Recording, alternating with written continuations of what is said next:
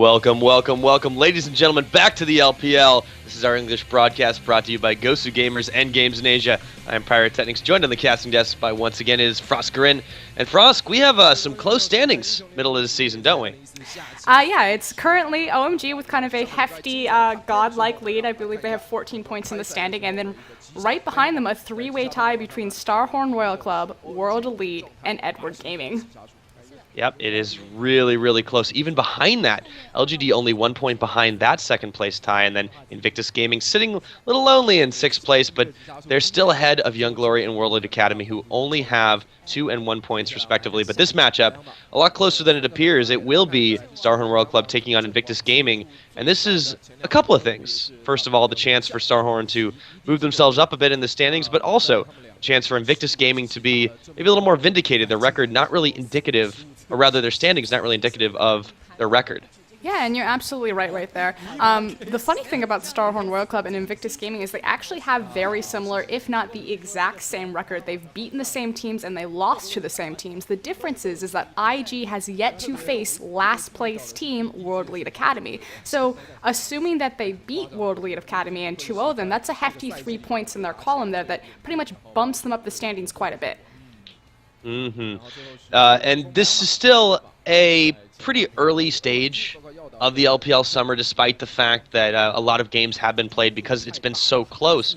It's really hard to pick a lot of winners out of the pack, except for, of course, OMG really standing out more than any other. But tonight's games will certainly decide a couple of changes in the standings, as we already mentioned. StarHorn Royal Club poised to make a lone second place stakeout should they manage to take, well, in fact, no matter what, they'll jump up a little bit unless they don't win any games against Invictus Gaming. But should they win even one, they'll jump themselves up to at least second place. And, of course, later on in the evening, we have LGD taking on World Elite. And those are two teams that are also in a similar position. World Elite, once again, tied for second. LGD in fifth place. Exactly.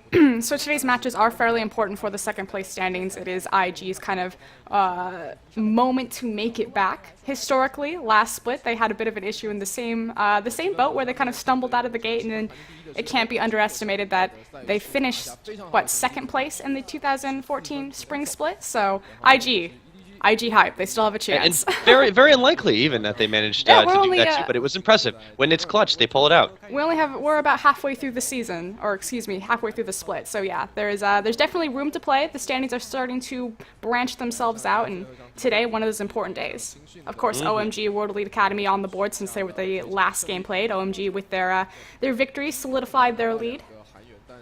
So far, so good for them, and not a moment too soon, as this has been a really, really tough competitive split for them so far, and for everybody, really. So another bit of news from Invictus Game. Not really sure if their roster is going to be 100% certain this time, as top laner Young Soo, once again from Korea, might have had a couple of visa issues we're hearing. Yeah, if Young Soo doesn't play, we have word that they'll be using their sub backup. His name is Do. Don't have much information on him other than he is the top lane sub for IG, but hopefully Young Soo was able to clarify his visa issues and kind of get back with the team and work on rebuilding that synergy, because I mean, personally, I think IG's had a lot of issues with him. It's been a real tough try to replace who they've had before. This is not exactly the easiest of people to sub out, and yes, we know. I'm not gonna mention any names because I don't want you to get all teary-eyed again, Frost. But can we have a moment of silence for PDD? Yeah. Oh, here we go again. No. Okay, I'm sorry, I didn't mean to make you cry, but yeah, if they do have Young Soo back, even so, they have had a bit of trouble. It doesn't seem so much in the communications department, but just in the synergy. And I don't know if I want to call that out as necessarily a weakness for Invictus Gaming, but they haven't had the most stable of starts so far. We'll see. This will be a pretty good proving ground for them tonight against StarHorn Royal Club, a team that also really has a lot to try and prove. They were considered a dark horse coming into this split, but they've sort of faltered a little bit and maybe regained a bit of pace against some of the lower tier teams. But if they can beat a team like Invictus Gaming, despite being ahead of them in the standings, should help them out. I think what's very interesting about StarHorn Royal Club and Invictus Gaming is they kind of have very similar faults as far as their team strategy as a whole. Again, historically, Invictus Gaming has pretty much been about the early game. Illusion, as a jungler, is well known for his early lane pressure and his ability to gank, and he kind of teeters off into that teamfight phase that China's so well known for. It's always been the perception that if IG doesn't win early, they don't win at all. They just kind of falter and they stall out. Insect seems to be having kind of the same run or go of things on StarHorn World Club. They come out really strong and they look so good, and Insect's very smooth, communicating with the soul lanes, getting UZI what he needs, and then they just kind of stall out and they don't make it happen late game. So this should be a battle of the explosive early games and to see who can kind of snowball that into a victory. Absolutely, and IG have the work cut out for them. As we can see, look at that screen. The recent match has really not been too kind for them, only taking 1 win out of the last 6. And that's, you know, we talk about teams going on tilt. Well, they seem pretty happy right now. We'll introduce our starting lineup. It looks like Youngsu will be back today, so happy to see him there. And his last couple games have been a pretty good smattering of those tanky players as well. He's been rocking Jarvan as well as, of course, Shyvana twice now. I wouldn't use the word rocking, but it had made well, an he's appearance. Been playing it. All right. No, so Youngsu, mixed success. He's been, like you said, starting to ride the Shyvana train, pretty much previously seen for his Gragas top, and that was exclusively it. In the jungle here, we do have Illusion. Again, we lost the Jarvan, I'll give you that. Illusion, known for his early game pressure. He kind of teeters off into team fights. Not necessarily the most mechanically skilled player, but definitely considered a top form jungler for LPL. Not the best, but, you know, he ganks. That's a start. Ganks are good. I know, right? And in mid lane, of course, the famous, fabulous Zatai. Now, Zatai is a bit of a... I'm going to use the word prodigy. The thing about Zatai is when you had Cool, not this time around Cool, but last time around Cool. Cool, Whites, Messiah, kind of the 3 great mid laners from China. Zatai was considered kind of the 4th go-to guy. Obviously, Whites, Messiah retired. Cool was on the injury list, and it was up to Zatai to kind of step forward and to become that mid laner that he needed to be. Faltered, stumbled, don't know what's up with him, but he's kind of, sometimes he returns to forms, and sometimes he plays Zillion mid, so hit or miss. And then, of course, in the bot lane, we have Kid. Known for his Trinity Force 80 carries. Again, today's patch is 4.10, so I'm very excited to see. Last. I know, right? This should be a good patch later, for Kid, actually. Yeah, it's a really good patch for Kid, just because Trinity Force is one of the few 80 carry items that wasn't touched. And then, of course, joining him is going to be Kitties, known for his Thresh play. You cannot let Kitties get Thresh. He will 1v1 your 80 carry. He's also one of the few, I would argue, supports in the LPL that plays a very, very good Nami game. She's very popular across all of them, but they don't seem to have much success across the board. Kitties is definitely an exception to that rule. Definitely one of the few Chinese supports that knows how to press R correctly on Nami. Oops, shots fired. Historically, I keep using that word historically, traditionally, just changing it up. Chinese supports, they like to play hard engaged champions. You think like Annie support is kind of where this originated from. It was made popular by Tabe and Worlds.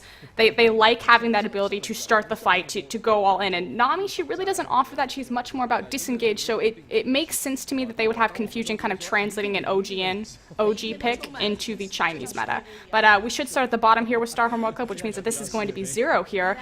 And you want to talk about dangerous Thresh. We talked about how Kitties, you can't let him have Thresh. Zero, you cannot let him have Thresh either. I expect it to be a very highly contested pick, if not banned. Also a very great Nami player. Obviously, he is Korean, so one of these things is not like the other. He's not the only one on that team, of course, but we'll go over to the 80 carry as that's where the camera's going to pan next. It is, once again, the absolutely fabulous UZI.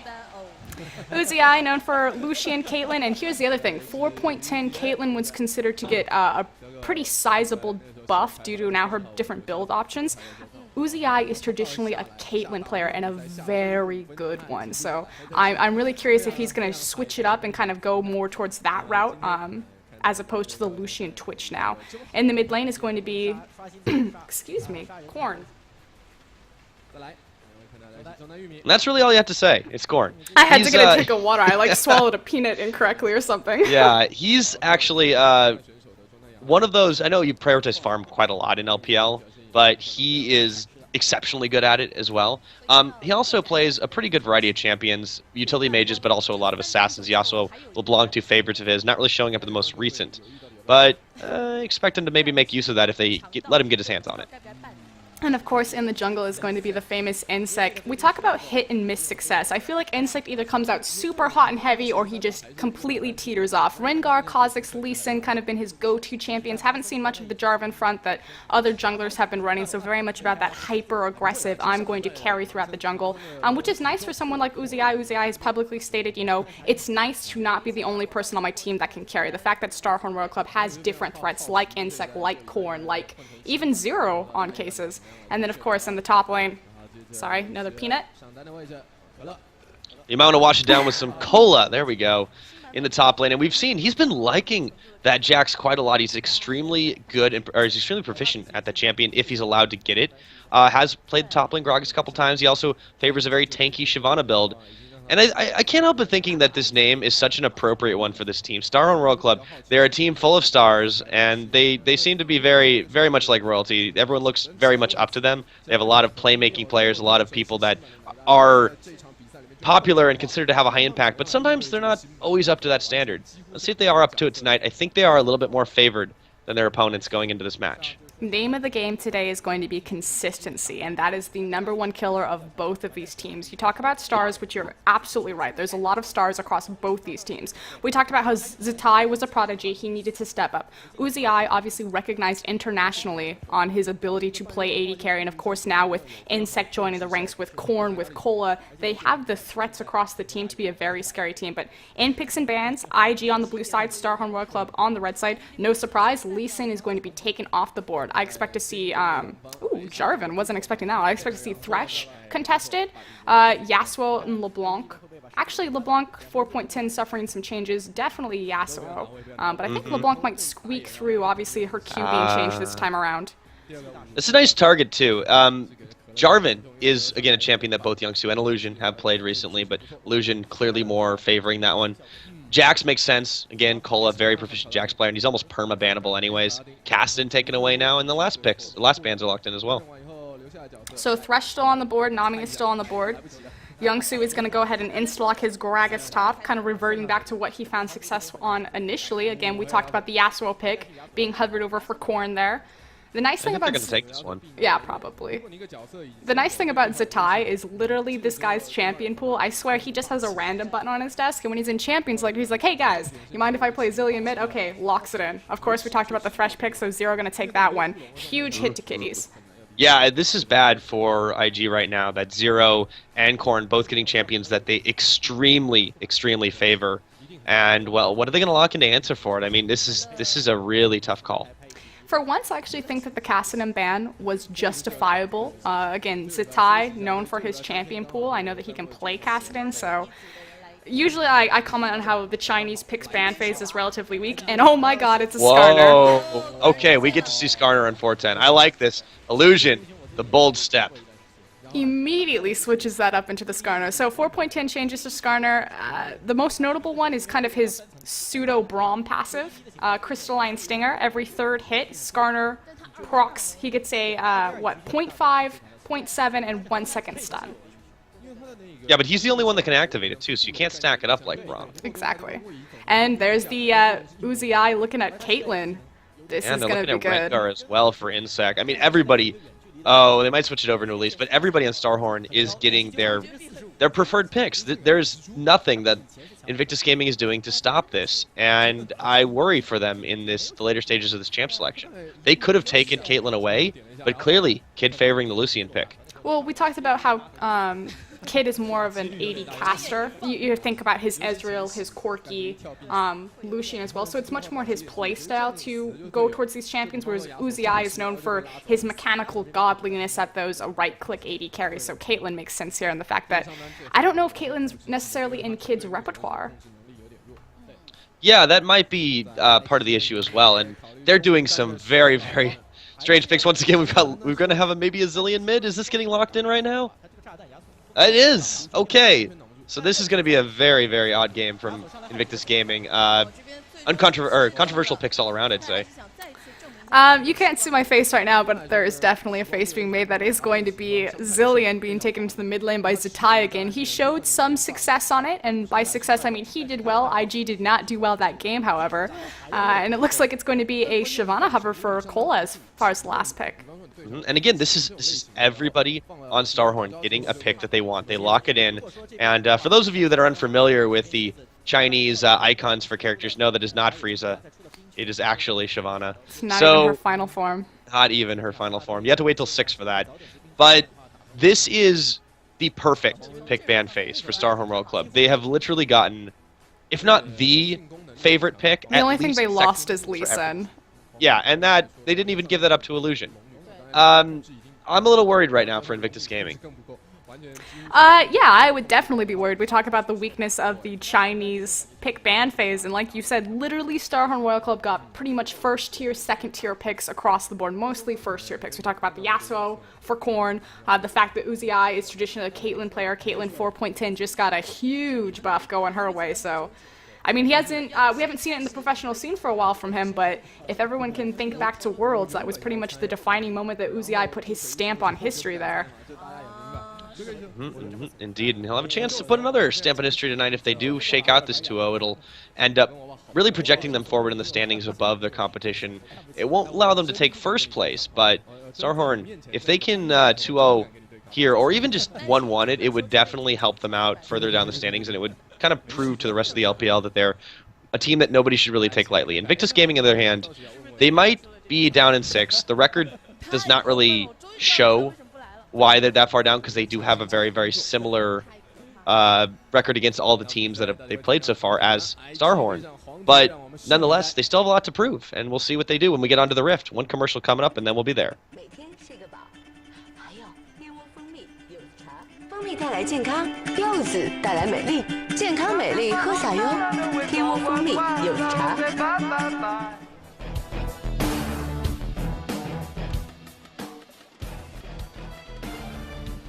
And here we are, on to Summoner's Rift for the first time tonight. It is Invictus Gaming taking on StarHorn Royal Club in a 2-set for circuit points at the LPL Summer. Once again, welcome back to LPL English.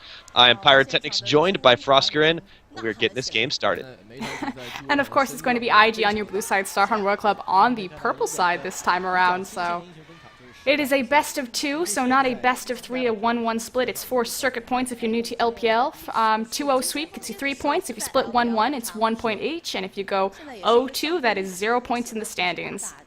Conveniently similar to the OGN format. Convenient.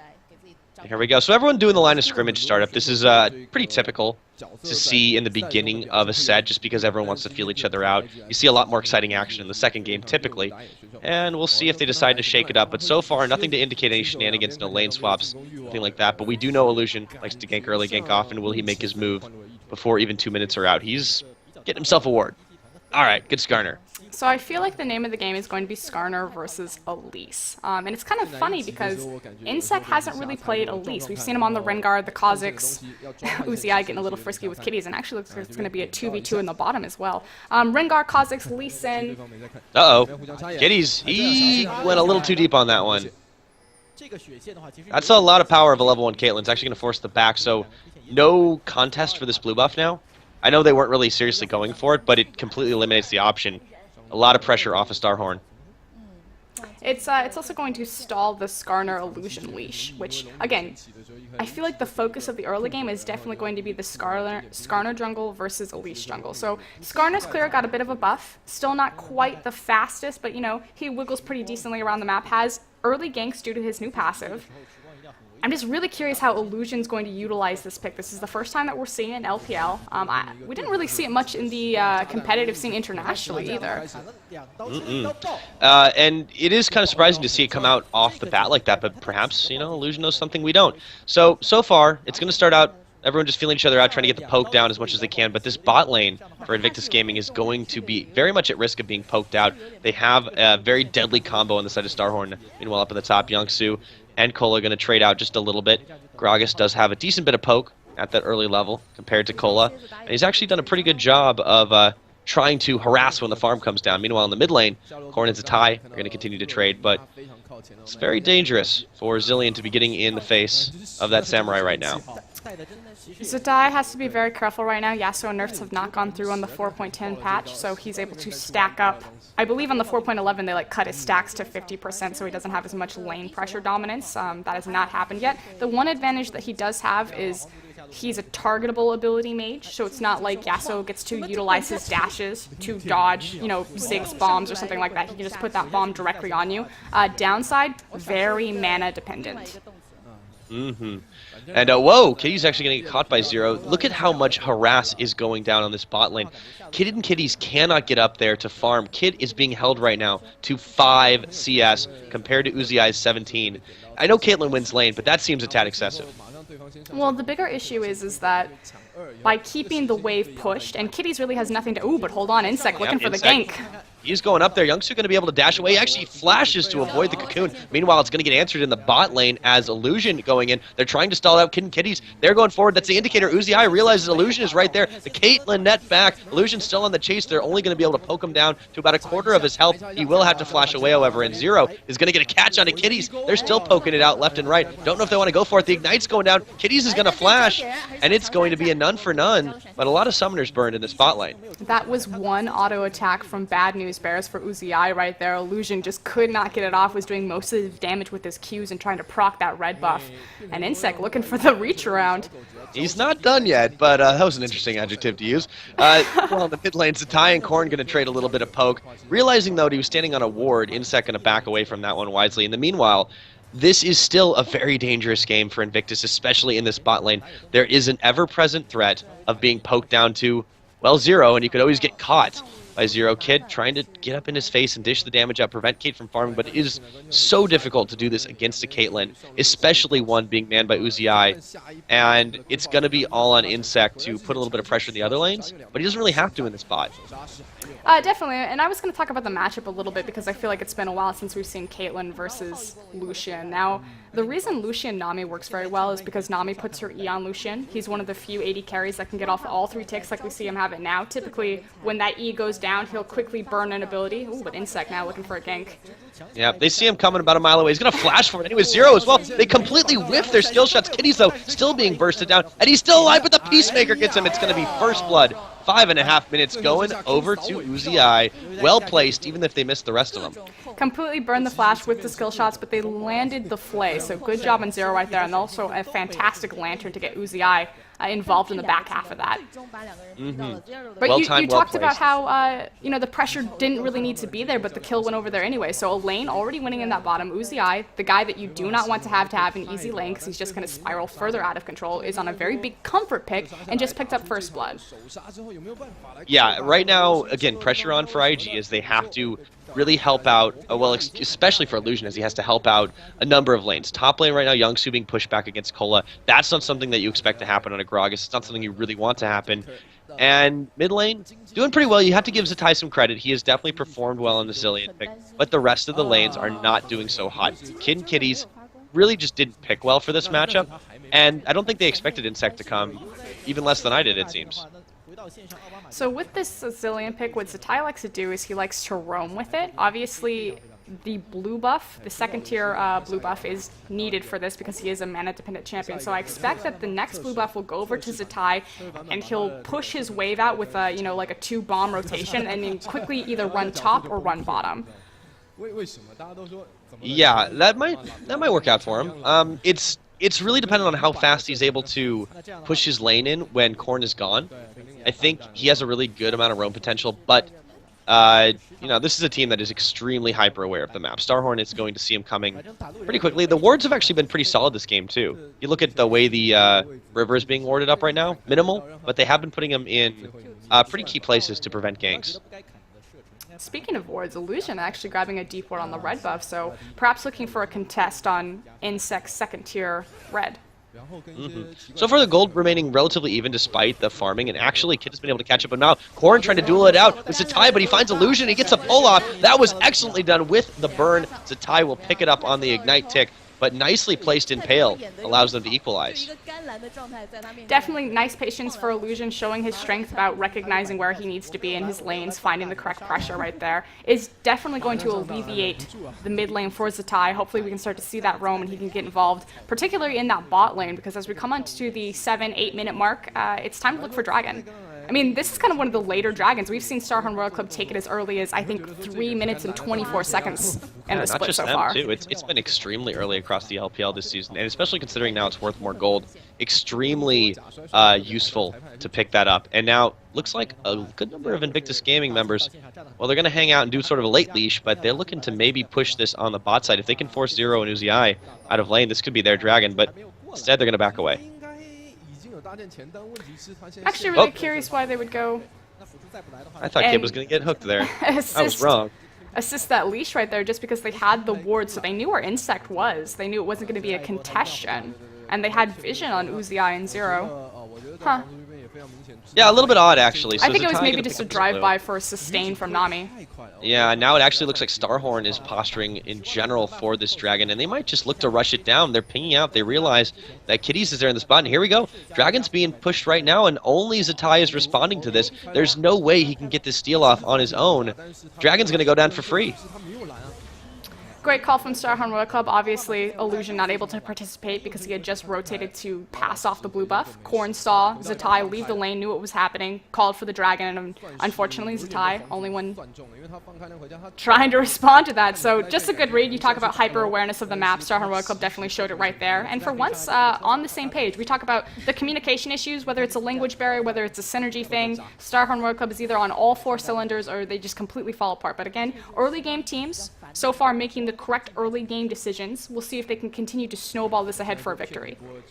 Yeah, you talk about, first responding to the Dragon threat, but I could not believe it was only Zatai doing it. When Zillion is the one that's getting there the quickest, you're having a little bit of problems. So Korn, meanwhile, will get shoved under tower. So far Zatai doing a pretty good job at holding off the Samurai, but the bot lane not doing quite so hot. Kid, to his credit, has been able to catch up reasonably well in farm. But how long can they hold this one out? Yangsu now pushing Kola into tower. This alleviates some pressure on Illusion, but he is, as you mentioned, a very gank-happy champion. If there's no lanes he can gank, what's he going to do? The other issue, though, is the CS. So, like you said, Kid relatively staying even, about 10 CS in Uzi's factor. Ooh, but Insect.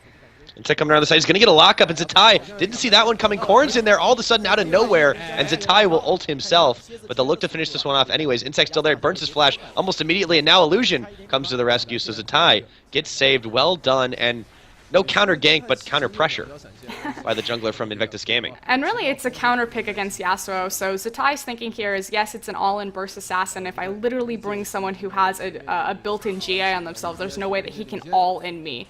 And then picking up like a really high mobility jungler like Skarner, and by high mobility I mean look at that guy wiggle. He wiggles fast. Wiggles fast, but Kid could not wiggle fast enough, and meanwhile they're going to get a kill in that bot side, and they're looking for more. Kitties is being chased all the way under tower. Zero actually tanking aggro left and right, but it's going to be Uzi with the ace in the hole, mopping it up, and that's 2 kills to him, 1 to his support. Uzi doing what Uzi does best. Illusion, he's getting the full on to Zero now, and he might find him, but I don't know. It looks like they're going to turn it around. Uzi gets him Zero. He's still alive. That is the tiniest of health bars, and now they're chasing Zatai. Insect is going to get him locked up, and Korn will finish the job with the last breath. 5-1 in kills on this game. StarHorn, they just pumped a couple more cylinders open right there. IG completely misses the boat. Lack of communication, lack of map awareness. Not sure what Illusion did right there or why he did it. He literally wiggled into lane as quickly as possible, straight onto a Caitlyn trap. We're going to see the replay of this here. Now, Kid, I cannot believe he got locked up on that one and fully took the Pilt over Peacemaker. Uzi flashed away from the Nami bubble, and Kitties had nowhere to go. Zero was more than happy to tank the aggro for days. I could not believe that. And Illusion, yeah, you saw, he just couldn't wiggle fast enough. He wiggled straight into a Caitlyn trap that pretty much spelled his end. I think he would have been able to trade 1 for 1, gotten the health regen off of killing Zero there on his Thresh, but unfortunately just did not pan out for him. And again, Uzi's performance on Caitlyn, we talk about how this is a huge comfort pick for him. Haven't seen it often just because of kind of the changes to Caitlyn and Lucian being on top for so long, but definitely a return to form that looks like the Uzi of Worlds. right? Now he's 3-0 on this one. This is a threat that is ever growing the later the game goes. Caitlyn's going to have a bit of a fall off in the mid, but they're pretty happy going into this stage. They've only lost one tower. They've answered as well. And Illusion kind of having his usefulness negated with that failed counter gank attempt, or really finishing off Zero attempt that really didn't pan out. Well, the issue is that his lanes are pretty much behind across the board. Zatai was holding out decently in the mid lane. This has now changed due to him being picked up in the river, but effectively every other lane is either losing in CS, losing in kills, and ganking a losing lane is pretty dangerous. So the fact that Illusion's strength is ganking and trying to snowball his lanes, and that's kind of his one go-to strategy, isn't working out for them, just because the fear of ganking a lane, if Insect ever shows up, they're automatically at a disadvantage. So he has to, when he ganks a lane, know exactly where Elise is so she's not there for the counter gank, because that 3v3 will never go in his favor. Oh, Zero nearly hooks Kid again. Yeah, I feel like the biggest surprise of this game is the fact that Invictus opted to go for standard lanes. No jungle buddy system. They left the top laners to do their island thing, as, you know, has become less and less common now. And I feel like they missed a golden opportunity to really take Cola out of commission, since Youngsu is one of those players and Gragas is one of those champions that can really sustain in a 1v2 lane. I think this is indicative of Uzi and Kid, really. We talked about how Uzi is kind of Speaking of Kid, he's getting locked up again. He's going to dash out of the box, but Zero, he wants to chase this one. Here's Illusion, though, to answer, and Uzi, he's in a bad spot, getting impaled up, and it looks like he'll go down, answered around by Kid, and now Insect here to try and answer the damage. Zero's a little bit too low, going to flay backwards, but Zatai already on the chase. Is this what IG is looking for to get back into this game? They will surely find Zero, but he's doing a good job of baiting them away from the jungler of StarHorn World Club, and Kid will take a double kill, a big roam, and this is going to be answered by a tower from Yasuo, or at least some damage on it. Can't even tell what the health is at. There it is. Looks like he won't take it, but still. And unfortunately, Zatai's roam really doesn't mean anything for him. Cola, meanwhile, picking up the the red buff. So what Zatai wanted to do, as Zillion right there, is roam down, and he was looking for the tower dive. You saw him kind of look towards the tower. He's like, but guys, the Elise, we can chase it. We can tower dive. I have ultimate. Fortunately, it's just Zero. Good job making sure that Insect wasn't under pressure, saved his double buffs by leading them away and make sure that it wasn't going to be a triple kill pickup, just the double kill right there. So. And unfortunate timing for IG on the Dragon, too, as it just comes up as they decide to back to base. Pretty low from that last fight. This one's going to be once again uncontested by StarHorn. So they get the first and the second Dragon of the game. So far, so good for them. And this is a bit of a ticking time bomb, not to borrow a Zillion phrase, for Invictus. It's definitely very scary. First and foremost, the eye-edge is already complete on Caitlyn. Caitlyn has the highest attack speed scaling in the game, but we do see Illusion looking top for a gank. Obviously, Dragon not being able to contest, so this is a good call here. They're going to contest the other Dragon here. Zatai going to get with the roam up as well. Illusion looking for the ult. He doesn't actually have Impale quite off cooldown yet, but Cola's got nowhere to go, and there it goes. Going to pull him backwards, and Yangsu will help polish this one off. Illusion actually gets the kill. He nearly goes down for the effort by tower, though, and nicely pulled off, but it might have been a bit of an overcommittal there. Definitely a lot expended to pick up that kill and give Youngsu kind of just a, I'm not going to say sloppy response kill, but really the only option that they had available to them on the map. Again, look for this every single time Zillion shows up into a lane. He has ultimate, he's going to look for a lane, they're going to look for a tower dive. Yep, so far it has actually started to even out a little bit, but the Dragon Gold has really helped out StarHorn, and they're now invading this jungle on the bot side, and I'm not really sure what they're looking for. Maybe a red buff steal. They don't have a timer on it, but they do get a couple of deep wards off, and they're able to clear a little bit too. Now, meanwhile, Zatai will find Insect on that side as the ward wars start to commence. Once it hits about 15, 16 minutes, right? Who can clear out whose wards faster? It's like a carnival shooting gallery. Zatai a little bit on the chase here. Getting frisky with Insect. Oh, he's a speedy guy. The mobility on the team is pretty ridiculous. You think about Lucian with the Relentless Pursuit, the fact that you have Nami passive that applies mobility. You have Zillion that, of course, can speed you up. Skarner, a very quick champion. And then definitely Gragas, built for catching people, though. A lot more than it is really sustained fights, it seems. It's much more a chase comp and kind of kite reactionary, which really suits kind of the Chinese playstyle as far as the 5v5 meta is concerned. They're very much about team fights, you know, perfectly stacking abilities this way, that way. Speaking of stacking abilities, we might see an impale into a cask. They're trying to bait this one out again, Yangsu.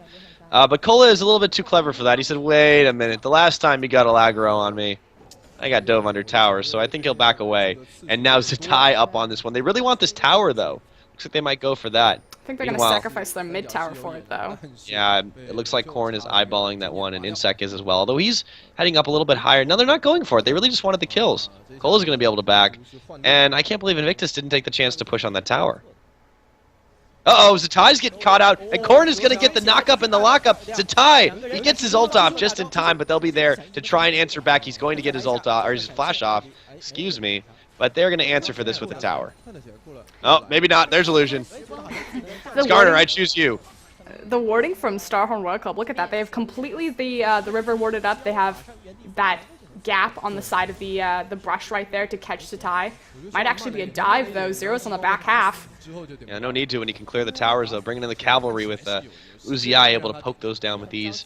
Meanwhile, Invictus, they're finding their bases slowly but surely ceded away from them. They do still have a bit of control, but there are wards peppered throughout the topside jungle and river that if they make a slight movement in there, it's like a sensor net. They're going to know on StarHorn.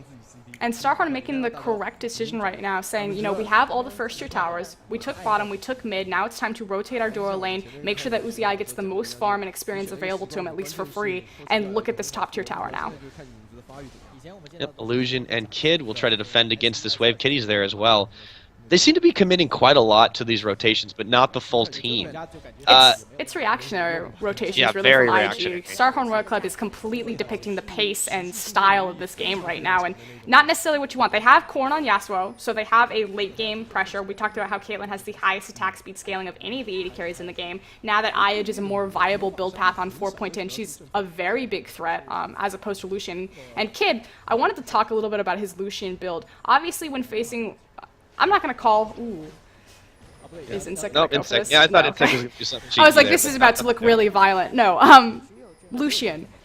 He has consistently been considered kind of a mid-game power spike champion, traditionally with like the BT, the Trinity, of course BT, no longer a viable item. Going for the Infinity Edge, trying more towards a late-game geared Lucian build. There's kind of three different routes. There's like the Trinity route, there's the Bork Ghostblade route, and there's like the Eye-Edge Phantom Dancer route. Bork Ghostblade, also known as the Name build. The Name build. With this build, he's recognizing that Caitlyn is going to outscale him late game, and he's going to try to be more of a threat and a presence there. Obviously, you also want to build more late game emphasis when you have a Zillion on the team to make the most of his ultimate, but Yeah. I don't really like that matchup. Like, Lucian has to win lane, and that just didn't happen for him. Yeah, and it's really hard to do, especially against a Caitlyn, especially against Uzi I's Caitlyn. And now StarHorn looking to chase into this topside jungle, and they just muscle through to try and take this blue buff. Illusion is there, looking to impale somebody. The bomb's going on him, and they're looking to try and take this fight. I'm not sure if this is a good idea, though. Illusion getting chunked down very low. No, Kitty's, he's getting popped by Cola on the backside. Illusion going to get targeted down by Uzi I, and they're still chasing around. A nice position. They've somehow found this one, but Kid, he's going to not get hooked up as it's Yangsu body blocking for that one. And it looks like they've somehow taken this fight on the side of Invictus Gaming. They're diving forward. Yangsu, he takes out Uzi, and all of a sudden they're getting kills left and right. Zero's gonna fall, Corrin's gonna fall, Cola's gonna fall, only Insect remaining. And how did this fall apart for StarHorn Royal Club? All of a sudden Invictus looking in the lead. And they're gonna take a Baron. But they had to be really careful. This is technically still a 50-50 Baron, because Insect is Yeah, still there alive. is Insect. No, Zatai's gonna try and block. It's cool. Oh no, he goes down! And Elise is gonna repel away from the bomb, and then get popped. Oh no! So they will get the Baron eventually, but that was a very close thing. Zatai sacrificing his life for the better of the Baron to make sure that there's not a throw here. They have to be very careful, a lot low, but the Baron does go down to IG, so huge team fight that swings IG's favor for this game, taking the Baron off that. Here's the replay. It is all about Bomb Squad and friends. So Illusion is in the middle of their entire team with the Zillion Bomb, effectively puts two people at half health. Cola teleports in the back, doesn't get off his Dragon Descent. He pushes Yangsu. I guess he got Kid as well. He pushed, effectively he pushed Gragas kind of into the team, but Kid, perfect positioning. This has been the split of Kid's life here. Yeah, Yangsu just being a boss and muscling through that. Also, they had Cola separate around the backside. I thought for a moment Kitty's was going to get chunked down, but then I forgot that, you know, Cola favors a very tanky variety of Shyvana, not a heavy damage dealer, and it resulted in a pretty turned around fight. Cola does very much favor kind of that. I mean, known for his Jax play again. We talk about how his Jax solo queue stats are pretty ridiculous. His Shyvana as well is pretty highly contested.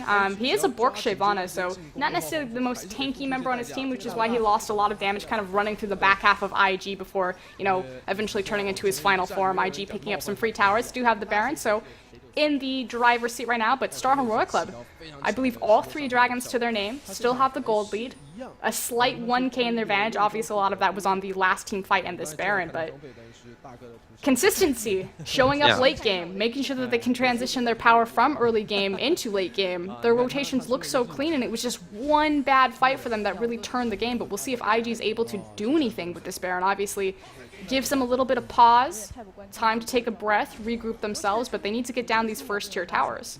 Well, no rest for Invictus Gaming, looking to capitalize on the really nice fight that they took in that one. So they did manage to chunk down a couple of towers, and they close to even up the gold lead. A mere 600, 500 gold now sitting in favor of StarHorn Royal Club. And they're looking to really shove up as much pressure as they can here. Marching a couple people to this mid. They don't quite have the waves with them yet, but with 2 Baroned up members, they should be able to at least muscle this out a little bit if they don't have the range on Uzi and Zero. As long as they don't get hooked up, they should be okay. I think they have 4. I think it was Zutai was the only one who didn't get the Baron. Because he died to oh yeah, that's right. Yes. That was... Can we talk about that a little bit? Because that was the coolest thing ever. Oh, I'm going to put a bomb on you, and then I'm going to die, and then you're going to rappel up, and then you come down just in time for the bomb to go off. Zutai definitely showing his flavor on Zilean right there, and to a lot of success, which, again, the game that they lost the first time they brought this out, he looked really clean on it this time around. Doing a little bit better now that they have the Baron, so we'll see if they can maybe get a win. Uh-oh. Zutai getting caught up, and he's going to get his ult up. That was a lot spent for him, though, and all of a sudden, Corrin is trying to wind wall away as he gets chunked down for just a second. Zutai will fall as soon as he comes back off. Now they're turning on to Corrin. Youngsu going to belly dash into this one, and he gets the explosive cask off, and that turns it right on around. Cola, he is down to almost no health, and Illusion is chasing him out. He's going to fall down, and that is a 4-for-1. Zutai baiting that fight out very well. And how about this 3-0-6 Gragas? Kitties nearly gets taken out. Insect, though, falls for the bait, and Youngsu chunking him down. Can he make it 4-0-6? I don't know, but he's doing quite a job this game, forcing the flash away from Insect. Oh my goodness, this is a big Gragas. Can we talk about the Lich Bane on Gragas right now and the amount of damage he's putting out with it? I haven't seen that build. I mean, typically with Gragas, it's what, Gauntlet, Iceboard Gauntlet. They go kind of like a tanky build, or you go like straight AP Gragas. The fact that he's like this Roa on hit, I'm going to burst you, and the huge turnaround coming over that wall. That wasn't a teleport. He literally just walked to that team fight. So the ability of Zutai's Zilean to stall out a fight long enough that Gragas can walk from across the map to get involved with that is huge. You talk about how much was expended for the Zilean ult. Obviously, Zutai doing his homework on this pick and getting it to work exactly how he wants. This is a completely different Gragas than we've seen in him play on in the past. In all honesty, this is the newest patch, or not the newest patch, but this is the newest patch in China, 4.10. It seems like they went back a couple patches. We see Gragas doing all this work now. Can we talk about how it's a little bit PDD-esque? We talked about how PDD was kind of, you know, the big comparison. Well, to make the branch of kind of like NA, not saying that Zion, Spartan, and PDD are you know, on the same level of players, but I feel like they kind of do the same style. It's that carry top, you have to come deal with me, I'm going to push this as hard as I can, and I'm going to, you know, pick tail and build Hurricane, and you have to respond to me or I'm going to take your base. Youngsu, not necessarily the map pressure game, but, you know, finally coming out as being the big carry for his team, building the Lich Bane, having the Roa, not doing, you know, their traditional, I'm just going to be the utility bruiser tank, because when PDD retired from the scene, it was kind of the death of an era as far as we don't have a lot of carry tops in LPL. It's much more kind of go-goings, you know, I mean, he has the Rise pick there for him, but, you know, Shyvana, Renekton, we play kind of the utility bruisers, we create space for AD carry to play and do things, whereas PDD was like, no, I'm the true carry of this team, and Youngsu, 3-0-6 right now, 234 CS on this Gragas. Coming through and he's looking big. to chase down Uzi too. Well done, and the team is rallying behind him too. Not to mention, he can really get away with a little bit more heavy AP build as Illusion becoming the big tank. Yangsu's going to get hooked up, but they put the bomb on him. See, this is such a great engage opportunity. Zatai doing work on the Zilean pick, and they muscle down a turret. Kola trying to answer on the bot side with a split push of his own, but Yangsu just TP's in there. Zatai actually, he stays a little too long. He might get locked up in there, realizing it's the capitalization. Illusion going to sacrifice for the sake of his team. And that was a bit of a misplay by Invictus, but they have done quite a lot of work with that Baron buff they picked up all those minutes ago. Definitely Zatai being a little too overzealous, staying there. Illusion sacrifices for him. 2-2 and Tin. Skarner finally going down. Raid boss complete. Thankfully, the Baron wasn't in play right there, otherwise that could have spelled bad news bears, so IG gets a break there.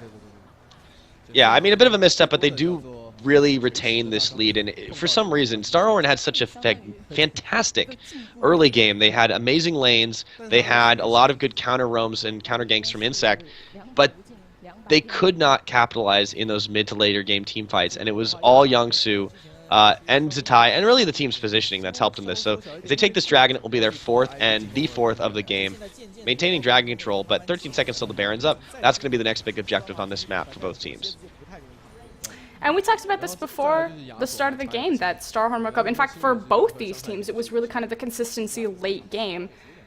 IG has definitely kind of come out more so in the late game than they had the early game, finally taking the gold advantage for pretty much the first time during this entire game. StarHorn World Club pretty much had the death grip here, and it is still available to them. So yes, we've talked a lot about the Zilean pick, that Zatai is looking really good, the Zilean pick is really working out for them, getting the situations that they want. That said, you still have to deal with Uzi's Caitlyn, it's going to outscale the Lucian. You still have to deal with Korn's Yasuo, is only going to get stronger at this point, definitely an item-dependent champion. What he has his Eye Edge and his Shiv complete. So the core items right there, looking at his Bork next. Oh, Yangsu nearly gets chunked there, but he's a little bit too big.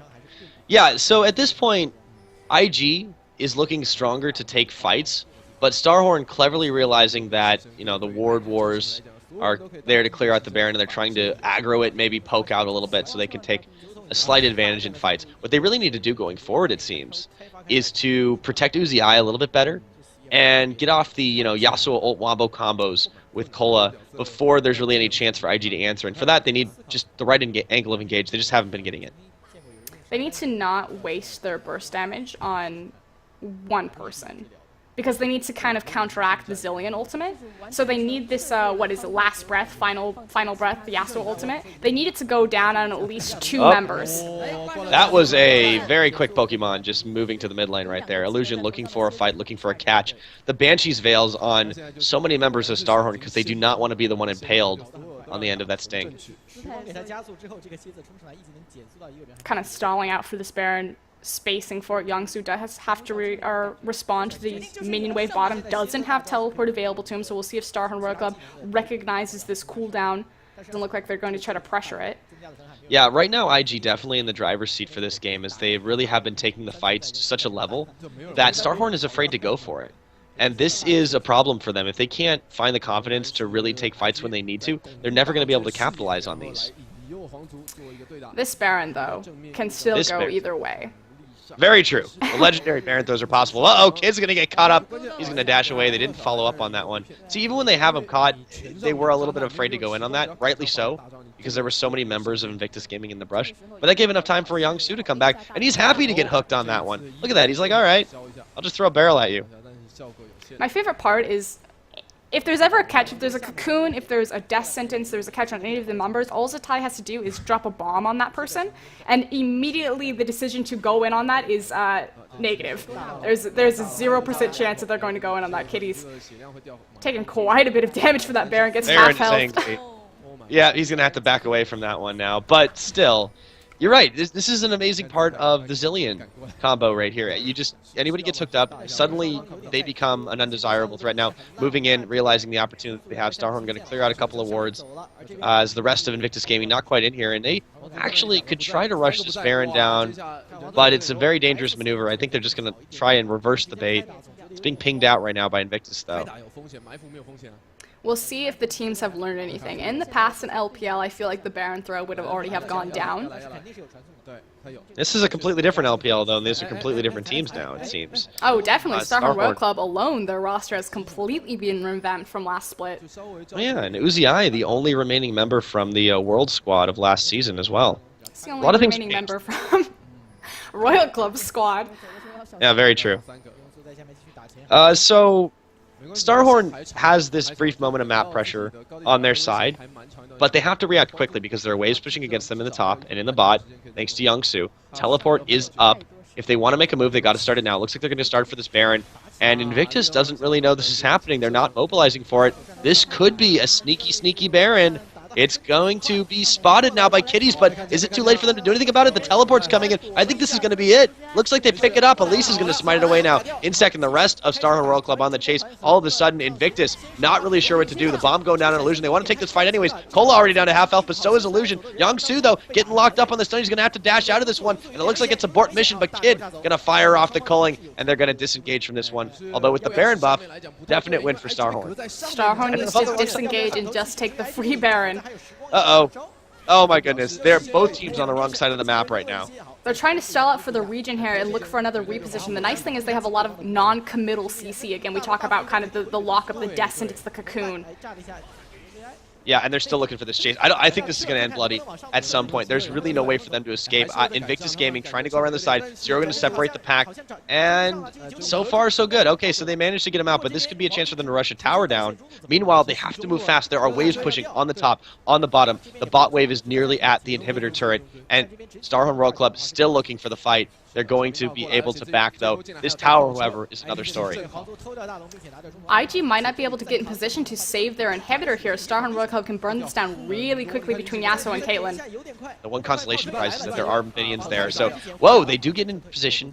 Even with the Baron buff, the rest of StarHorn not happy with that potential engage. And looks like Invictus still wants to take it. Youngsu going to dash forward, dodge out of Spiderling. Everyone's going to be able to get away, though, just fine. However, they have to deal with these minion waves knocking on their bot and their top lane. Talk about the mobility of this team comp. Look at how quickly and how That is far a fast Batman. Youngsu is able to chase them up the lane. And again, it's not about catching them. They don't necessarily want to catch them unless they get the perfect pick on one person just because of the Baron buff. It's about stalling out StarHorn World Club's response to the building minion waves on their towers. Yet how close is this game economically, too? You look at it right now, 6 towers to 4, 13 kills to 8, but 56k gold to 55.3. This game has been so close, and this might be the first dragon for Invictus Gaming at 34.5 minutes in. Nice capitalization on that. They do have the burst to take it down real quickly, and I cannot believe how amazingly balanced this has been. Both teams playing really spectacularly. It's never too late to make a change. That's what that dragon tells me. But, you know, we talked about this before Champions. Like, IG and StarHorn World Club, very different standings. StarHorn, of course, tied for second. IG not having the best opening split of their lives. Way down on the brackets there. But they effectively have the same records against the same teams. They beat the same teams. They lose to the same teams. The fact that IG hasn't faced last place team World League Academy yet, which should be an easy 3 points, but you never know with IG. They like to mix things up, keep it close. Very, very true. And I really do think that this is one of the most balanced games that we've seen, one of the most balanced matchups that we've seen in all the lanes and in the jungles as well. StarHorn have done a pretty good job of recovering into this late game, and they do have the composition really fit to scale that way. They're not relying super heavily on Korn's Yasuo. They're letting Cola initiate fights. They're letting Zero get non-committal hook catches and get people out of otherwise bad situations. And they're doing a good job, a better job, of protecting Uzi. He's got 3 deaths on this game to the 1 of Kid, but they are able to pressure these objectives now. With the Baron buff, it's really hard for Invictus to get these fights off. They still want to take them, though. They're very confident in their team fighting ability and their wave clear. Look at that. Kid's actually going to get targeted out by the ace in the hole. They don't block it, so he's down pretty low, but he has enough lifesteal to maybe balance that one back out a little bit. Actually had foregone finishing the... well, he's got the build for a Cutlass. Yeah, he foregone finishing the Blade of the Rune King. I had a pretty bad brain fart there and opted to instead go for the Last Whisper, which I think is a really good move at this point in the game, too. Meanwhile, the Mercurial might be finished up for Uzi. Uzi does have the Quicksilver Sash right there available to him, has the Crucible available to him, so definitely a big bonus in favor of the AD carry. Again, we talk about the non-committal CC. So Death Sentence, Cocoon. What StarHorn Royal Club is going to do is they're going to consistently throw out those skill shots. It's kind of like rolling dice. They roll the dice, they see if they get good numbers, and then they choose. Do we go on this? No. Okay, that wasn't what we wanted. We didn't want illusion. Reset, wait for the cooldowns, try it again. And it's kind of this war of attrition of, are Zitai without blue buff and Youngsu able to clear the waves fast enough? Also, Coling back up, so available. Yep, the waves though are in the favor of StarHorn. Whoa, Zitai getting taken low. Now they catch Youngsu on this one. He's not in position to get a bomb in his face. Actually, it's going to be Illusion that gets that instead. But there's a wave pushing on the top now, and StarHorn realizing they have an opening. Going to push forward on this one. Everybody from Invictus Gaming backing away. And the Baron buff is now worn off, but they did make good use of it, and they're still continuing to apply the pressure. This game, so dead even, a 500 gold differential. Can they save this top tower, though? Illusion racing to make it happen. Can he wiggle there fast enough?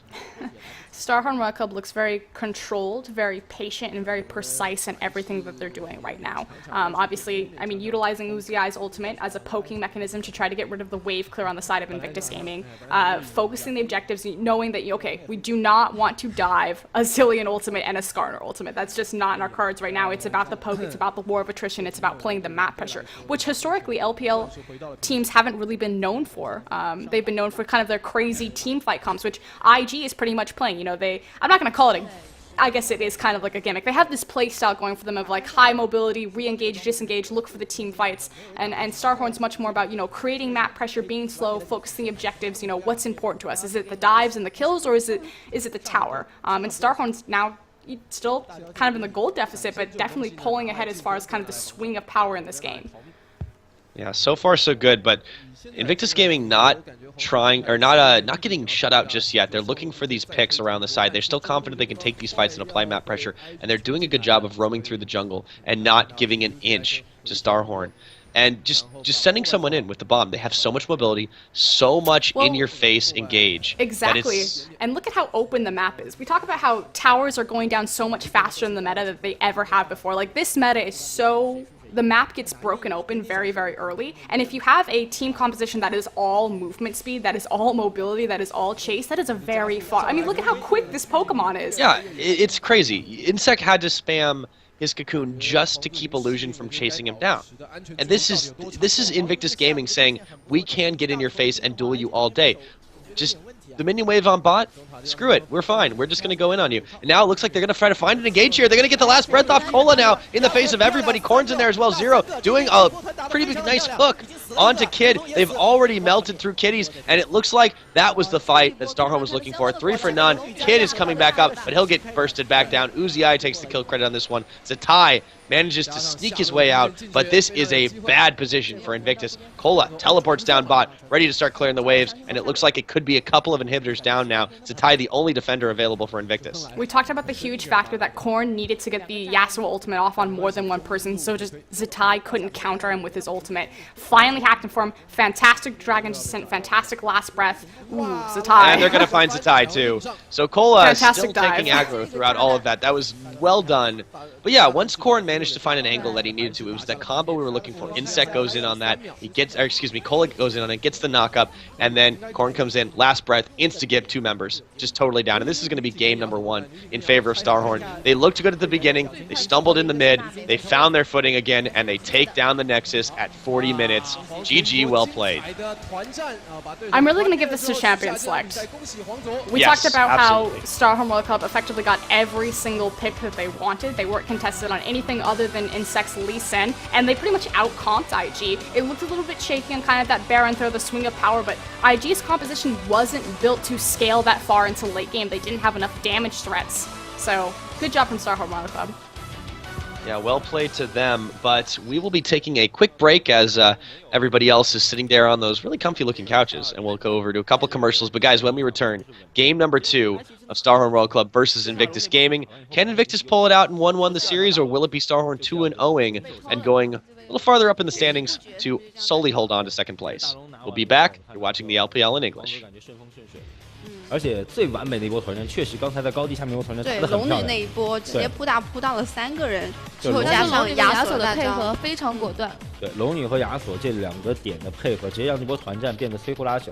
虽然说姿态那一波是我们看一下吧，姿态那一波大招是给了出来，他把大招是给了一个卢锡安，但是已经没有什么太大意义了。这边首先被打的就这个大招是卢锡安，所以他没有办法，只能给卢锡安这个大招。Nero 这个大招也是很好的封住了对面的走位。卢锡安死了，酒桶死了，娜美死了。其实姿态这波成功逃脱，但是已经没有什么太大的意义了。你看这给了一个大给小孩，可是这边已经完全没有用了。对，然后姿态回家想重新守一波下路，但是没办法。没办法，这个刚才我们在后台说了，就是时光是英雄联盟里面为数不多的4个技能，只有1个技能是伤害的。输出技能。对，比如说只留他一个人的话，他蛮难创造奇迹的。对，再加上他没有大招的情况之下，还是需要一个队友的配合。对，其实这一波的话，就感觉IG 没有稳住吧。但阵容拿的绝对够潮，对吧？潮，阵容是已经引领了我们国服的尖端的这个排位。姿态已经第2次来拿出这个时光老头。但是还有一点就是他打野蝎子。When even one, they'll jump themselves up to at least 2nd place. And of course, later on in the evening, we have LGD taking on World Elite, and those are 2 teams that are also in a similar position. World Elite once again tied for 2nd, LGD in 5th place. Exactly. So today's matches are fairly important for the 2nd place standings. It is IG's kind of moment to make it back. Historically, last split they had a bit of an issue in the same boat where they kind of stumbled out of the gate, and then it can't be underestimated that they finished 2nd place in the 2014 spring split. So IG hype, they still have a chance. And very, very unlikely even that they managed to do that too, but it was impressive. When it's clutch, they pull it out. We're about halfway through the season, or excuse me, halfway through the split. So yeah, there's definitely room to play. The standings are starting to branch themselves out, and today, one of those important days. Of course, OMG World Elite Academy on the board since they were the last game played. OMG with their victory solidified their lead. So far, so good for them, and not a moment too soon, as this has been a really, really tough competitive split for them so far, and for everybody really. So another bit of news from Invictus Game, not really sure if their roster is going to be 100% certain this time, as top laner Young-Soo, once again from Korea, he might have had a couple of visa issues we're hearing. Yeah, if Young-Soo doesn't play, we have word that they'll be using their sub backup. His name is Do. Don't have much information on him other than he is the top lane sub for IG, but hopefully Young-Soo was able to clarify his visa issues and kind of get back with the team and work on rebuilding that synergy, because I mean personally I think IG's had a lot of issues with him. It's been a real tough try to replace who they've had before. This is not exactly the easiest of people to sub out, and yes, we know. I'm not gonna mention any names because I don't want you to get all teary-eyed again, Frost. But can we have a moment of silence for yeah, PDD? yeah. Oh, here we go again. No. Okay, I'm sorry, I didn't mean to make you cry, but yeah, if they do have Young-Soo back, even so, they have had a bit of trouble. It doesn't seem so much in the communications department, but just in the synergy. And I don't know if I want to call that out as necessarily a weakness for Invictus Gaming, but they haven't had the most stable of starts so far. We'll see. This will be a pretty good proving ground for them tonight against StarHorn World Club, a team that also really has a lot to try and prove. They were considered a dark horse coming into this split, but they've sort of faltered a little bit and maybe regained a bit of pace against some of the lower tier teams, but if they can beat a team like Invictus Gaming, despite being ahead of them in the standings, should help them out. I think what's very interesting about StarHorn World Club and Invictus Gaming is they kind of have very similar faults as far as their team strategy as a whole. Again, historically, Invictus Gaming has pretty much been about the early game. Illusion, as a jungler, is well known for his early lane pressure and his ability to gank, and he kind of teeters off into that team fight phase that China's so well known for. It's always been the perception that if IG doesn't win early, they don't win at all. They just kind of falter and they stall out. Insect seems to be having kind of the same run or go of things on StarHorn World Club. They come out really strong and they look so good, and Insect's very smooth, communicating with his soul lanes, getting UZI what he needs, and then they just kind of stall out and they don't make it happen late game. So this should be a battle of the explosive early games and to see who can kind of snowball that into a victory. Absolutely, and IG have the work cut out for them. As we can see, look at that screen. The recent match has really not been too kind for them, only taking 1 win out of the last 6. And that's, we talk about teams going on tilt. Well, they seem pretty happy right now. We'll introduce our starting lineup. It looks like Young-Soo will be back today, so happy to see him there. And his last couple games have been a pretty good smattering of those tanky players as well. He's been rocking Jarvan as well as, of course, Shyvana twice now. I wouldn't use the word rocking, but it had made an appearance. Well, he's been playing it. All right. No, so Youngsu, mixed success. He's been, like you said, starting to ride the Shyvana train, pretty much previously seen for his Gragas top, and that was exclusively it. In the jungle here, we do have Illusion. Again, we more watch the Jarvan, I'll give you that. Illusion, known for his early game pressure. He kind of teeters off into team fights. Not necessarily the most mechanically skilled player, but definitely considered a top form jungler for LPL. Not the best, but, you know, he ganks. That's a start. Ganks are good. I know, right? And in mid lane, of course, the famous, fabulous Zitai. For Lucian, Caitlyn, and here's the other thing. 4.10, Caitlyn was considered to get a pretty sizable buff due to now her different build options. Uzi is traditionally a Caitlyn player and a very good one, so I'm really curious if he's going to switch it up and kind of go more towards that route as opposed to the Lucian Twitch now. In the mid lane is going to be, excuse me, Corn. And that's really all you have to say. It's Corn. I had to get a drink of water. I like swallowed a peanut incorrectly or something. Yeah, he's actually one of those. I know you prioritize farm quite a lot in LPL, but he is exceptionally good at it as well. He also plays a pretty good variety of champions, utility mages, but also a lot of assassins. He also will belong to favorites of his, not really showing up in the most recent. But expect him to maybe make use of that if they let him get his hands on it. And of course, in the jungle is going to be the famous Insect. We talk about hit and miss success. I feel like Insect either comes out super hot and heavy or he just completely teeters off. Rengar, Kha'Zix, Lee Sin kind of been his go-to champions. Haven't seen much of the Jarvan front that other junglers have been running, so very much about that hyper-aggressive, I'm going to carry throughout the jungle, which is nice for someone like Uzi. Uzi has publicly stated, you know, it's nice to not be the only person on my team that can carry. The fact that StarHorn Royal Club has different threats like Insect, like Corn, like even Zero on cases. And then, of course, in the top lane, sorry, another peanut. You might want to wash it down with some cola. There we go. In the top lane. And we've seen he's been liking that Jax quite a lot. He's extremely good, or he's extremely proficient at the champion if he's allowed to get it. Has played top lane Gragas a couple times. He also favors a very tanky Shyvana build. And I can't help but thinking that this name is such an appropriate one for this team. StarHorn Royal Club, they're a team full of stars, and they seem to be very, very much like royalty. Everyone looks very much up to them. They have a lot of playmaking players, a lot of people that are popular and considered to have a high impact, but sometimes they're not always up to that standard. Let's see if they are up to it tonight. I think they are a little bit more favored than their opponents going into this match. Name of the game today is going to be consistency, and that is the #1 killer of both of these teams. You talk about stars, which you're absolutely right. Now, Zitai is a bit of a, I'm going to use the word prodigy. The thing about Zitai is when you had Cool, not this time around Cool, but last time around Cool. Cool, Whites, Messiah, kind of the three great mid laners from China. Zitai was considered kind of the fourth go-to guy. Obviously, Whites, Messiah retired. Cool was on the injury list, and it was up to Zitai to kind of step forward and to become that mid laner that he needed to be. Faltered, stumbled, don't know what's up with him, but he's kind of, sometimes he returns to forms, and sometimes he plays Zillion mid, so hit or miss. And then, of course, in the bot lane, we have Kid. Known for his Trinity Force 80 carries. Again, today's patch is 4.10, so I'm very excited to see. Last. I know, right? This should be a good patch later, for Kid, actually. Yeah, it's a really good patch for Kid, just because Trinity Force was one of the few 80 carry items that wasn't touched. And then, of course, joining him is going to be Kitties, known for his Thresh play. You cannot let Kitties get Thresh. He will 1v1 your 80 carry. He's also one of the few, I would argue, supports in the LPL that plays a very, very good Nami game. She's very popular across all of them, but they don't seem to have much success across the board. Kitties is definitely an exception to that rule. Definitely one of the few Chinese supports that knows how to press R correctly on Nami. Oops, shots fired.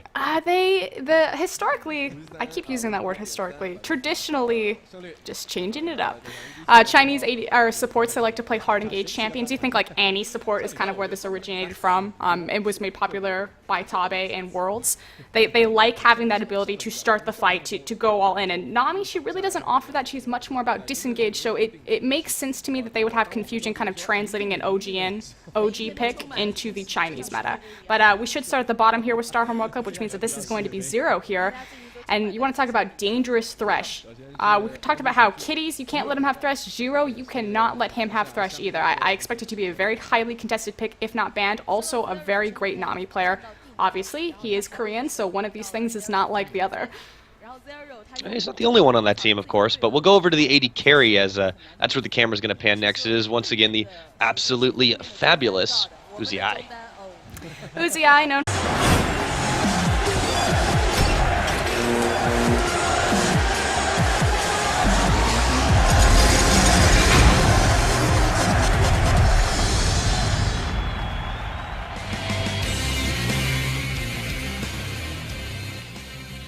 Welcome, welcome, welcome, ladies and gentlemen, back to the LPL. This is our English broadcast brought to you by Gosu Gamers and Games in Asia. I am PiraTechnics, joined on the casting desk by, once again, is Froskurinn. And Frosk, we have some close standings middle of the season, don't we?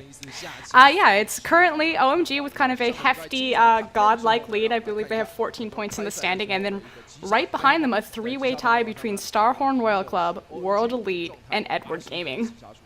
Yep, it is really, really close. Even behind that, LGD only 1 point behind that second place tie, and then Invictus Gaming sitting a little lonely in sixth place, but they're still ahead of Young Glory and World Elite Academy, who only have 2 and 1 points respectively. But this matchup, a lot closer than it appears. It will be StarHorn Royal Club taking on Invictus Gaming, and this is a couple of things. First of all, the chance for StarHorn to move themselves up a bit in the standings, but also chance for Invictus Gaming to be maybe a little more vindicated. Their record not really indicative, or rather their standings not really indicative of their record. Yeah, and you're absolutely right there. The funny thing about StarHorn Royal Club and Invictus Gaming is they actually have very similar, if not the exact same record. They've beaten the same teams and they lost to the same teams. The difference is that IG has yet to face last place team World Elite Academy. So assuming that they beat World Elite Academy and 2-0 them, that's a hefty 3 points in their column there that pretty much bumps them up the standings quite a bit. And this is still a pretty early stage of the LPL summer, despite the fact that a lot of games have been played because it's been so close. It's really hard to pick a lot of winners out of the pack, except for, of course, OMG really standing out more than any other. But tonight's games will certainly decide a couple of changes in the standings, as we already mentioned. StarHorn Royal Club poised to make a lone second place stakeout should they manage to take, well, in fact, no matter what, they'll jump up a little bit unless they don't win any games against Invictus Gaming. But should they win